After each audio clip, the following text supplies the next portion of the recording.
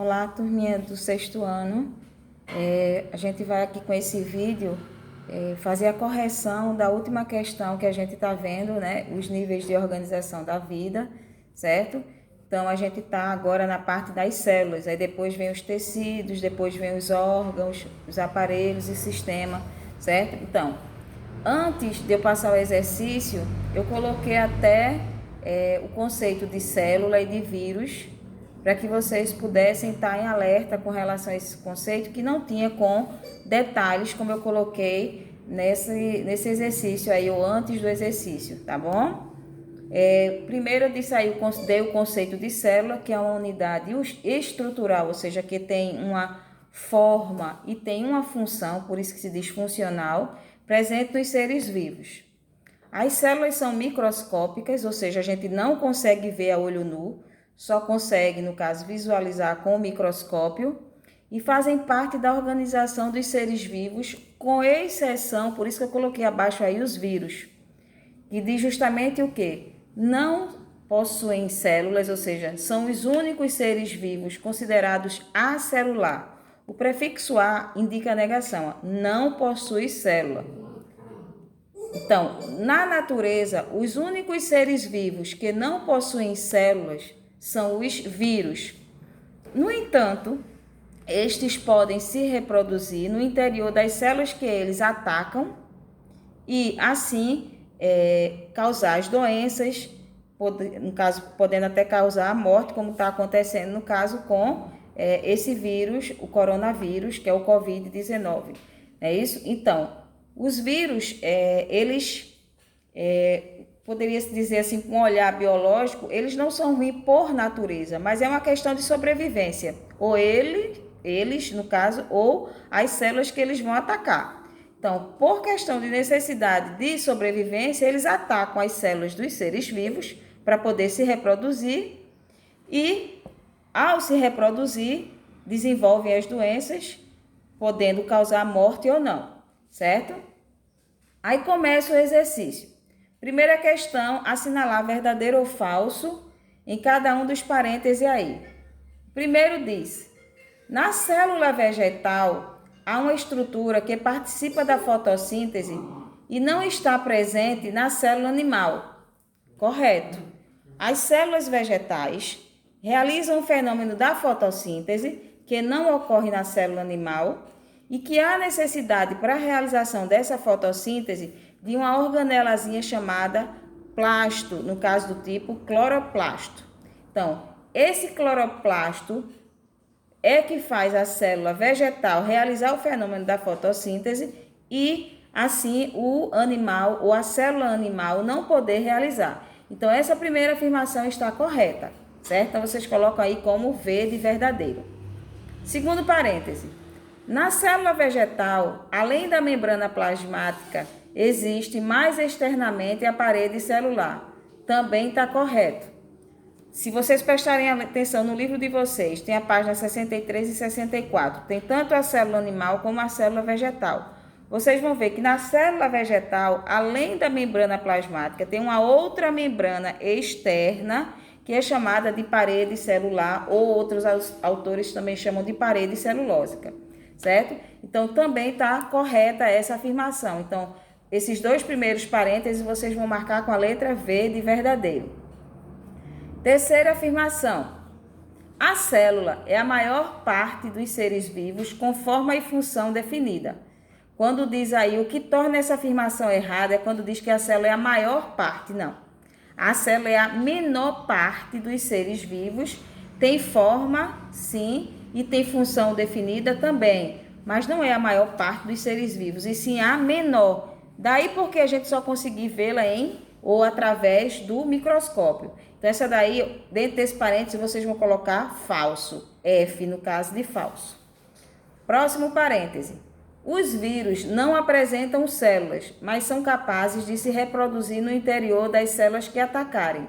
Falei isso agora há pouco, lembra? Então está correto. Então, realmente, os vírus não possuem célula na sua estrutura, mas se atacar as células de outros seres vivos, eles têm condições de se reproduzir. Então, essa é verdadeiro, coloca um V aí dentro do parêntese. O citoplasma comanda a maioria das atividades da célula. Errado. Quem comanda a maioria das atividades das células é o núcleo da célula, ou seja, é aquela região central que está o material genético das células. Então, é o núcleo e não o citoplasma. Essa daí também é falsa, F, de falso, certo? Então, a ordem ficou verdadeiro, verdadeiro, falso, verdadeiro, falso. Ok? Recapitulando. Verdadeiro, verdadeiro, falso, verdadeiro, falso. Ok? Vamos agora para a segunda questão. Eu estou virando o rosto para lá, é porque o exercício está na tela do computador, aí eu fico olhando, eu esqueci até de dizer a vocês isso inicialmente. Está na tela do computador, aí eu fico virando, olhando a questão e paro para explicar para vocês, certo? Segunda questão. Assinale a alternativa correta, ou seja, só uma aí está correta, as outras estão automaticamente erradas. Todas as células apresentam a mesma forma? Não. Até se diz que a forma da célula é que vai determinar a sua função, então está errada. Todas não têm a mesma forma, não. Uma pode ser redonda, outra pode ser cúbica, outra pode ser retangular e assim por diante, certo? Células só são encontradas em animais? Não. A gente vê células em bactérias, em animais, em vegetais e assim por diante. Todos os seres vivos possuem células? Não. Porque a gente sabe, no caso, que os vírus são considerados seres vivos, mas não possuem células, são seres acelulares. Então, até agora a letra A, B e C está errada, então só resta a letra D para ser, no caso, a alternativa que a gente vai marcar como verdadeira, certo? Aí diz aí, ó, as células possuem estruturas em seu interior que atuam para garantir sua sobrevivência, correto? Assim como a gente tem dentro do nosso corpo estruturas que não é para embelezar nosso corpo interiormente, mas sim para realizar funções para nós e assim nos ajudar na nossa sobrevivência, também as células têm estruturas dentro delas que vão agir como órgãos e permitir a sua sobrevivência, que são as chamadas organelas ou organoides ou orgânulos citoplasmáticos. Então, essa realmente é a alternativa correta, a letra D de dado que vocês vão marcar, certo? Terceira questão. São seres vivos multicelulares, com exceção, multi da ideia de muitos. Então, seres vivos formados por muitas células. O ser humano, nós somos formados por muitas células? Somos. Cachorro, também. Cobra, também. As bactérias, não. As bactérias só é formado por uma única célula, ou seja, a célula já é seu próprio corpo. As bactérias são seres unicelulares, ou seja, formados por uma única célula. Então, a exceção aí, ou seja, que não é multicelular, são as bactérias que vocês vão marcar aí, botar um X nesse parêntese, ok? Quarta questão. Como os seres vivos unicelulares podem ser também chamados? Lá no livro de vocês tem essa explicação. Também eu expliquei na minha videoaula. E os seres vivos unicelulares podem ser chamados também de micro-organismos ou micróbios. Micróbios era anteriormente, muito anteriormente, antigamente, mas atualmente, numa linguagem mais moderna, a gente chama de micro-organismos, ou seja, são organismos pequeníssimos que a gente não consegue ver a olho nu, só com o uso do microscópio, certo? Então, a resposta da quarta questão são micro-organismos ou micróbios, certo? Quinta e última questão, mas tem aí 3 perguntas, né? Isso responda. Letra A. Onde se localiza o material genético de uma célula? Com exceção das bactérias, que as células ficam soltas no citoplasma, todas as outras células que têm núcleo, o seu material genético fica dentro do núcleo. Então, onde se localiza o material genético de uma célula? Dentro do núcleo, certo? Então, a resposta aí seria dentro do núcleo. Letra B. Quem controla na célula as substâncias que entram e que saem? Aquele envoltóriozinho que tem em torno da célula, chamado de membrana plasmática, é que vai entrar, é o que vai controlar o que vai entrar e o que vai sair. A membrana plasmática é como se fosse uma porta de uma casa.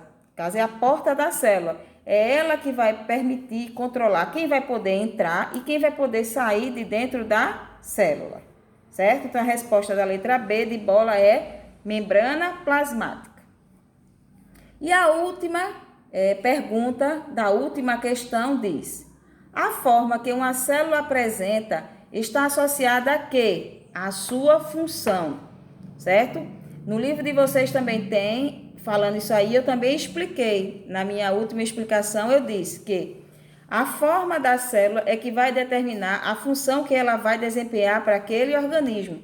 Então, a célula epitelial vai ter uma forma, a célula muscular vai ter outra, a célula cardíaca vai ter outra, certo? Então, dependendo da forma, da função que vai desempenhar uma célula, é que ela vai apresentar a sua forma, ok?